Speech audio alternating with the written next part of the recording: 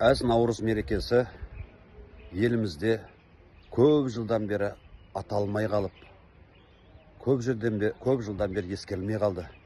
Сонау өткен ғасырдың тәуелсіздік алуымызға 1-2 жыл қалған кезеңнен бастап осы тамаша бір мерекеміз, көктем мерекесі аталып өтіліп келе жатыр.